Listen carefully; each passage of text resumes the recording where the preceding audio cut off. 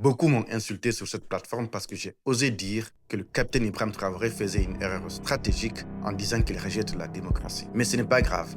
L'insulte est l'argument de celui qui n'a plus de cerveau. L'objectif de ma vidéo n'est pas de flatter vos émotions, mais d'analyser la durabilité de nos États. Aimer un leader, c'est vouloir qu'il survive à son propre pouvoir, s'il est animé de bonnes intentions. L'erreur que font ces gens qui m'insultent, c'est de croire qu'un leader est éternel et qu'il ne peut jamais se tromper. Dans cette vidéo, je vais vous donner 3 conditions pour que l'idéologie survive à l'homme. Pour ceux qui ne le savent pas, avant le capitaine Ibrahim Traoré, il y a eu plusieurs présidents africains qui ont essayé des choses beaucoup plus ambitieuses pour leur pays. Mais combien d'idées de ces leaders ont survécu? Vous allez peut-être me dire Thomas Sankara, mais c'est faux. Si les idées de Thomas Sankara avaient survécu, le peuple burkinabé se serait soulevé suite à son assassinat par Blaise Compaoré. Mais qu'est-ce qui s'est passé? C'est 27 années de dictature de Blaise Compaoré, la même personne qui l'a assassiné. En Afrique, souvent les personnes qui prennent le leader du moment pour un dieu, ce sont les mêmes personnes qui vont lui tourner le dos dès qu'il n'est plus au pouvoir. Et ce sont les mêmes personnes qui vont s'empresser de soutenir le prochain président. Et certains leaders font l'erreur de croire que leur soutien émotionnel est un rempart. Non.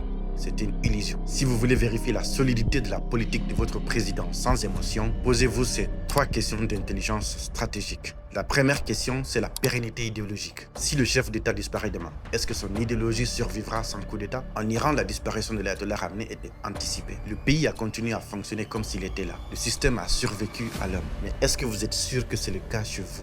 La deuxième question à se poser, c'est la faille. Sur quoi l'ennemi extérieur s'appuie-t-il pour vous déstabiliser? Si vous marginalisez une partie de votre peuple, sachez que vous offrez le levier de votre propre chute à l'ennemi. L'argent qui est utilisé pour construire des autoroutes de 8 voies ou dont je ne sais quelle sera l'utilité dans un pays sous-développé aurait pu être utilisé pour développer les zones reconquises. C'est ce que fait la Russie en Ukraine. Dès qu'ils récupèrent un territoire, ils construisent partout. La troisième question, c'est le bouclier. En tant que leader, vous devez vous demander si le peuple est réellement prêt à arrêter les chars à main nue pour vous protéger si jamais ça tourne mal. C'est cela la vraie légitimité. C'est d'ailleurs ce qui s'est passé en 2016 en Turquie.